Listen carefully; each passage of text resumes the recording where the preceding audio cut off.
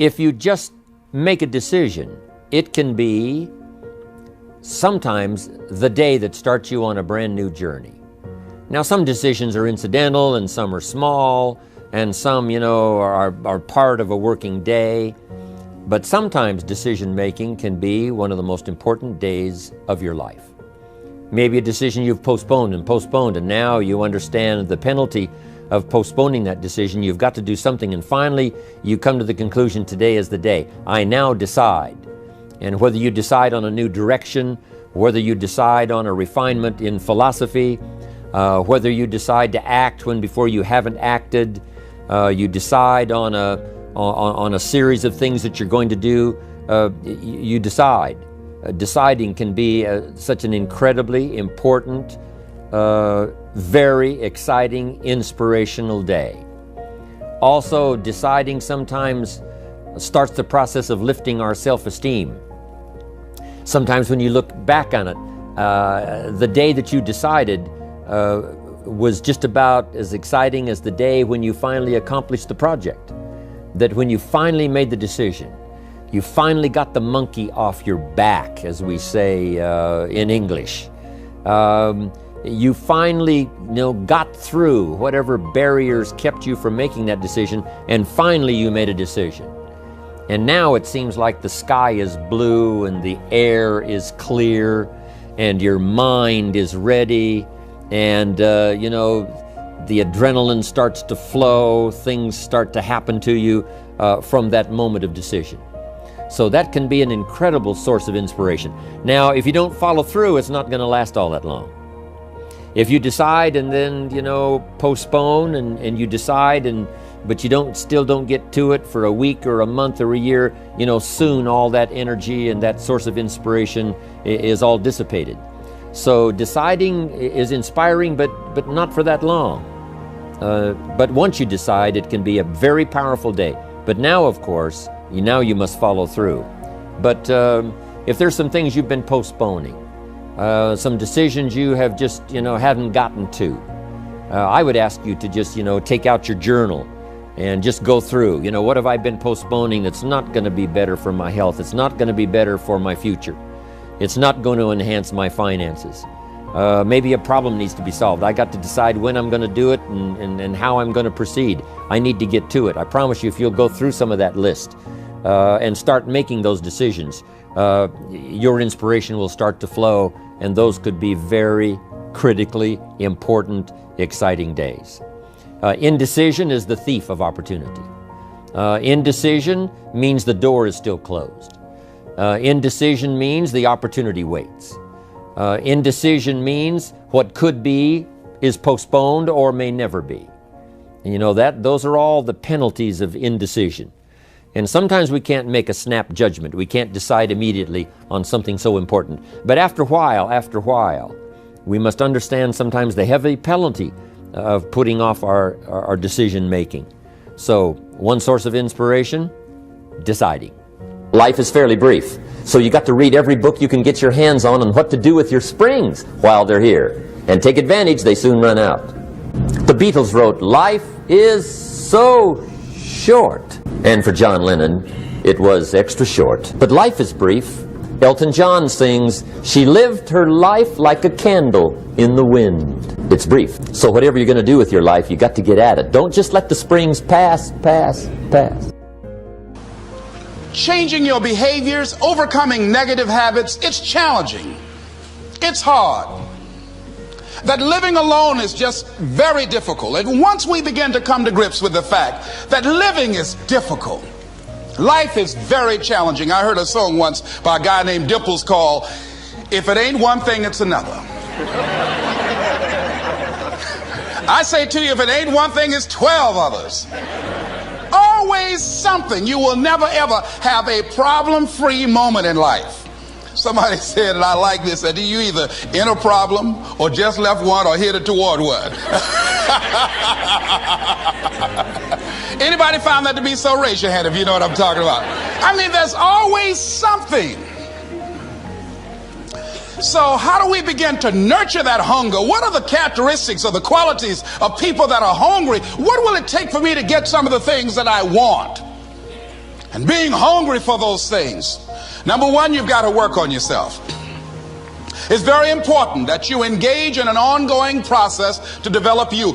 Spend more time on yourself than what you've been spending.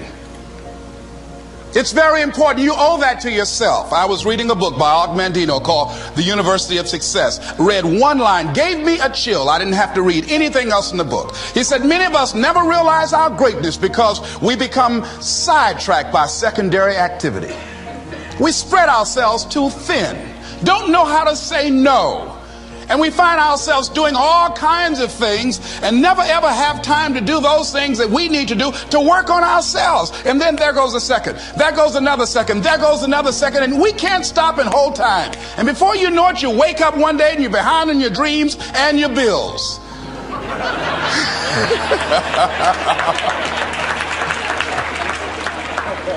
So decide that you're going to take some time to work on you, that you deserve that from yourself, that your life deserves some prime time, because you are creating your own production. As Michael Todd would say, you are the star of your show, you are the director, you're writing the script, and you will determine whether your life is a smash office hit or flop. You determine that. Working on yourself, talking to yourself, that's so very important.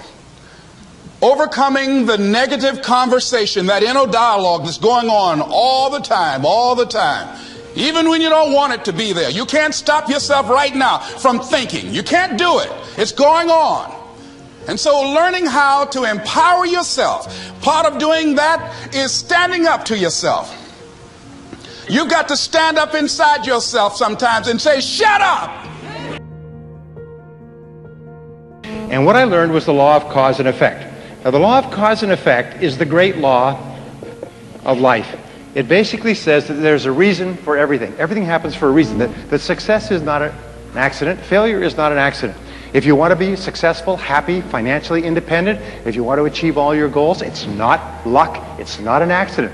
What you do is you find someone else who at one time did not have the effect that you want. You decide what you want, you find someone else who didn't have it, and you find out what they did to get it, and you do it over and over again until you get the same result. And it's not an accident. Well, when I learned this, it changed my life. You mean if I do what other successful people do, I'll get the same results that other successful people get? The answer is yes. You mean if I find out what top salespeople do, and I do the same thing until I master it, I'll get the same results as top salespeople? I'll make the same money? I'll have the same cars? Yes. So I went out and I did it, and it worked. I couldn't believe it. And I'm not as good a salesperson as many people here. Many people here are better salespeople than me, but I learned the cause and effect relationships. I learned that selling is like cooking. There's recipes for selling. There's formulas. And if you follow them, and by the way, they've spent $20-30 million in the last few years videotaping 55,000 sales calls and watching the calls and reviewing the videotapes and having people sit in the back taking notes. And they interviewed the salespeople before the sales call and afterwards, and they interviewed the customers before the sales call and afterwards. And if the customer decided to buy, they asked them, and they played the video, at what point did you decide to buy? If the customer decided not to buy, they asked, why did you decide not to buy? And they did this with 55,000 calls, and they began to draw cross correlations, and they found that every sale follows an exact process, and it follows an exact process in the customer's mind, and that if you sell the way the customers buy, you'll sell 5 and 10 times as much as you sell today. The reason that we don't sell is because we sell differently from the way the customer buys. It's the same as if I was to speak to you in German, or you were to speak to me in Chinese. I mean, it would be like using a different language that we don't understand. So what I found was that if you do what other successful salespeople do, based on the exhaustive research, your sales go up. And I tried it, and sales went up. And you could take people, I took people off the street who'd never sold anything in their lives, and I said, here's the system. And these are sometimes the very best salespeople of all, because they don't have any ideas or fixed ideas. So I said, just do it this way. Say these words, do it this way, say these words, do it this way. And they did, and their sales went like that. And they went past people who'd been selling for 5 and 10 years. Well, we do a broadcast. We're very fortunate here. We built our own studio about 4 years ago, and we can broadcast all over the world from here. And so I've been doing the odd broadcast at least once a week, Good News by Bob Proctor, and trying to help people become aware that although you cannot change conditions or circumstance, you don't have to let them control you. we can't control what's going on outside, but we can control what's going on inside, you know. And unfortunately, I don't think many of us have been raised to really understand that. Yeah. And it's a lack of understanding that's causing all our problems. Sometimes, you know, I can't sleep at night because I'm thinking about something, and usually what I'll do is go write it down. I have some writing to do, so I get up and I go write down what I'm thinking, and that usually does the trick. But because I had been playing with YouTube, I thought, well, I'll try making YouTube video and telling people what I'm thinking about, and see if that performs the same function as writing. And to me, the function of writing, well, it's twofold. One is conceivably to communicate with people, although the fundamental purpose for me is to clarify my thoughts so that I know to, you know, because if something is disturbing you, what that means is that it needs to be articulated. It's the emergence of unexplored territory, something that disturbs you. That's the right way to think about it. It's unmapped territory that's manifesting itself. It's like a vista of threat and possibility, and you need to articulate a path through it. And so that's what I was doing. It's like I was thinking, well, this is bothering me, and this seems to be why, and here's what I think is going on, and so I made the videos, and in some sense I didn't think anything more of it.